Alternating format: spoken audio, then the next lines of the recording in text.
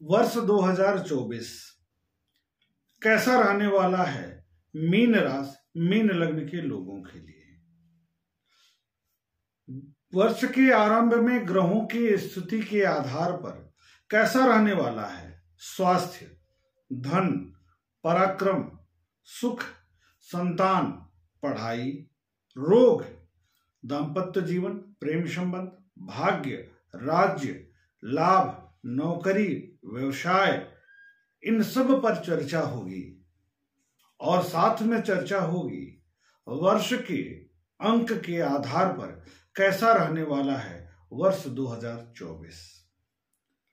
नमस्कार, मैं हूं डॉक्टर दिवाकर त्रिपाठी। ग्रहों की स्थिति वर्ष के आरंभ में क्या कहती है? जब चंद्रमा सिंह राशि में विद्यमान रहेंगे, बृहस्पति मेष राशि में विद्यमान रहेंगे, जो कि राशि के स्वामी होते हैं, लग्न के स्वामी होते हैं। सूर्य तथा मंगल धनु राशि दशम भाव में विद्यमान रहेंगे। बुध और शुक्र भाग्य भाव वृश्चिक राशि में विद्यमान रहेंगे तथा शनिदेव कुंभ राशि में द्वादश स्थान पर स्वराशि के विद्यमान रहेंगे। केतु कन्या राशि में, राहु मीन राशि में लग्न राशि भाव पर ही विद्यमान रह करके अपना संपूर्ण प्रभाव स्थापित करेंगे। तो किस प्रकार की स्थितियां रहने वाली है वर्ष 2024 में, इसको जानेंगे। तो सबसे पहले बात करेंगे हम स्वास्थ्य एवं मनोबल के दृष्टिकोण से कैसा रहने वाला है। स्वास्थ्य की स्थिति क्या कहती है? तो बेहतर परिणाम प्रदान करने वाली स्थिति बन रही है। वर्ष भर मनोबल ठीक बना रहेगा, कॉन्फिडेंट रहेंगे आप वर्ष भर, कार्यों में मन लगेगा, स्वास्थ्य में सकारात्मक रूप से सुधार होगा। परंतु राहु के प्रभाव के कारण मानसिक अस्थिरता में वृद्धि होगी, अर्थात कोई भी कार्य करेंगे तो थोड़ा संदेह की स्थिति उत्पन्न हो जाएगी, मानसिक एकाग्रता की स्थिति नहीं रहेगी, मानसिक विचलन की स्थिति उत्पन्न हो सकती है। एलर्जी की समस्या से तनाव उत्पन्न हो सकता है। कंधे कमर का दर्द कष्ट दे सकता है, जिसमें स्पॉन्डिलाइटिस भी हो सकता है, उसके भी लक्षण आ सकते हैं। पेट एवं पैर की समस्या से कष्ट हो सकता है। गले एवं दांत की समस्या भी तनाव उत्पन्न कर सकता है, इसका आपको ध्यान देना पड़ेगा।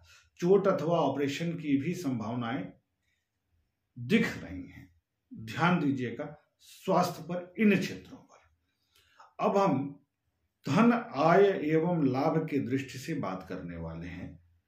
तो वर्ष सामान्य फल प्रदायक रह सकता है, बेहतर रह सकता है, शुभ प्रदायक रहेगा सामान्य रूप से, परंतु खर्च ज्यादा होगा, बचत कम होगी। बैंक बैलेंस इस समय इस वर्ष कम रह सकता है।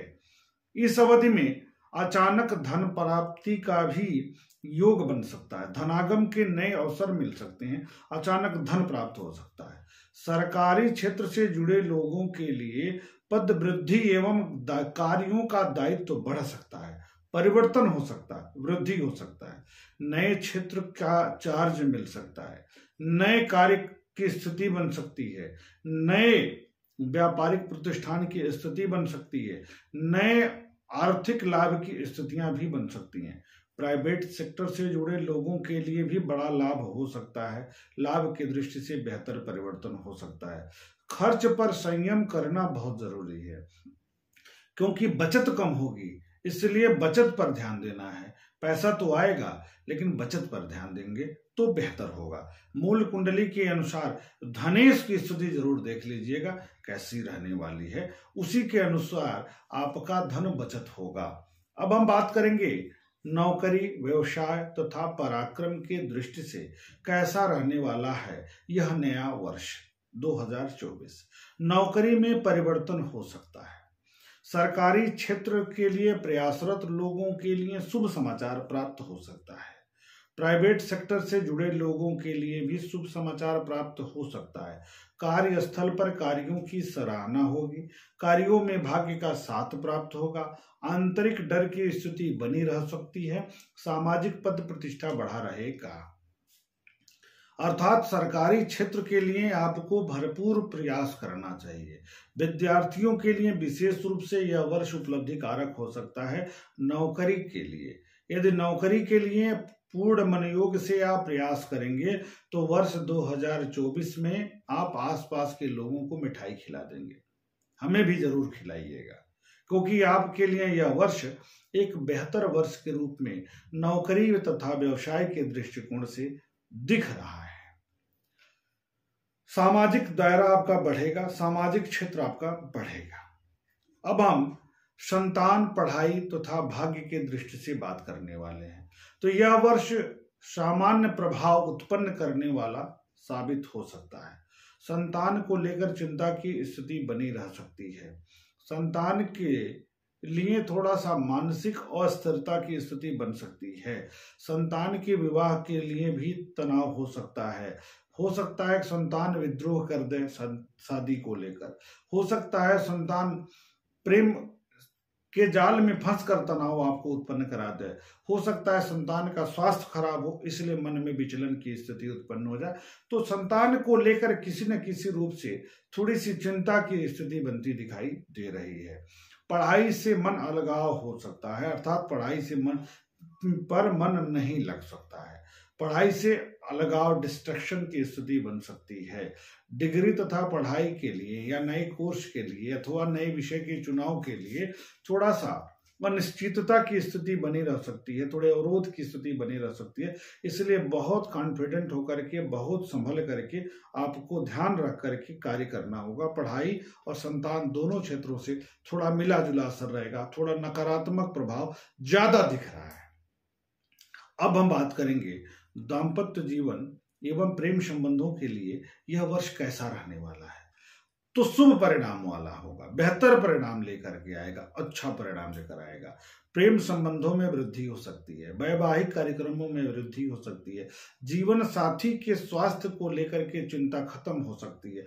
जीवन साथी से माधुर्यता बढ़ेगी, मधुरता बढ़ेगी, जीवन साथी से लगाव बढ़ेगा, जीवन साथी से लाभ की स्थिति बनेगी। कुल मिलाकर के जो दाम्पत्य जीवन है, प्रेम संबंधों की स्थितियां हैं, वो बेहतर रहेंगी।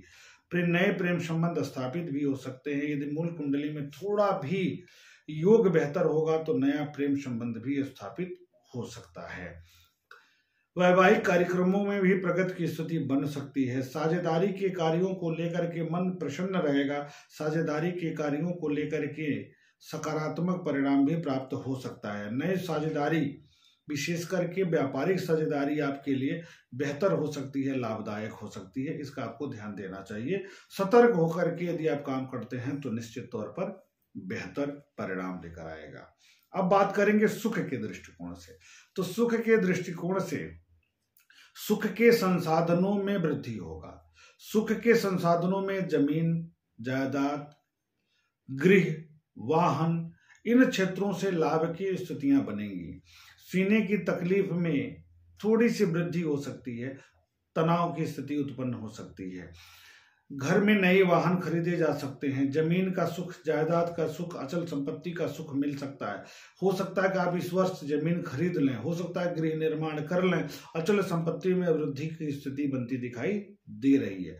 माता के स्वास्थ्य को लेकर के, माता के सीने की तकलीफ को लेकर के तनाव की स्थिति उत्पन्न हो सकता है। उपाय क्या करना है इसको बताएंगे हम। कार्यक्रम पर आप बने रहिएगा, कार्यक्रम से बने रहेंगे तो उपाय भी हम जरूर बताएंगे। अब हम बात कर लें कि अंक ज्योतिष पर क्या स्थितियां हैं। क्योंकि शनिदेव स्वग्रही हैं, द्वादश भाव में आपके रहेंगे, तो कंपटीशन तो मजबूत कर दे रहे हैं, इसमें दो राय नहीं है। और शनि पर क्यों बात कर रहे हैं? क्योंकि इस वर्ष के जो स्वामी बनते हैं अंक ज्योतिष से, वो शनिदेव बन जाते हैं। ऐसी स्थिति में शनिदेव महाराज की विशेष कृपा प्राप्त होगी, तो आय भी होगा और व्यय भी होगा। आय और व्यय के दृष्टि से थोड़ा सा व्यय अधिक हो जाएगा। उसके अलावा प्रतियोगिता, कंपटीशन, पुराने मुकदमों में विजय की स्थिति, पुराने मुकदमों में जीत की स्थितियां आपकी मजबूत होती दिखाई दे रही हैं। पुराने शत्रु समाप्त हो सकते हैं और आपके पुराने ऋण होंगे वो भी समाप्त होंगे। दूरस्थ यात्रा का भी योग बनेगा। कुल मिलाकर के यह वर्ष आपके जीवन के लिए आनंदित करने वाला होगा, लेकिन बचत कम होगा, इसका ध्यान देना है। अब उपाय क्या करेंगे? तो समय समय पर आपको सूर्य की उपासना करनी है। सूर्य को नियमित जल दें, रोज जल देते रहे। शनि और राहु की उपासना करनी है तो हनुमान जी की आराधना करिए, बजरंग बाण का पाठ करिए तथा 5 सूखा नारियल बहते जल में अमावस्या के दिन प्रवाहित करते रहिए। तो आपको मंगल के लिए उपाय क्या करना है कि मूल कुंडली के अनुसार मंगल को मजबूत करना है, इसका भी ध्यान देना है। तो यह वर्ष बहुत उत्तम वर्ष के रूप में साबित होगा। नौकरी के लिए तो उपलब्धि कारक साबित होने जा रहा है। बस आपको प्रयास मन से करना है।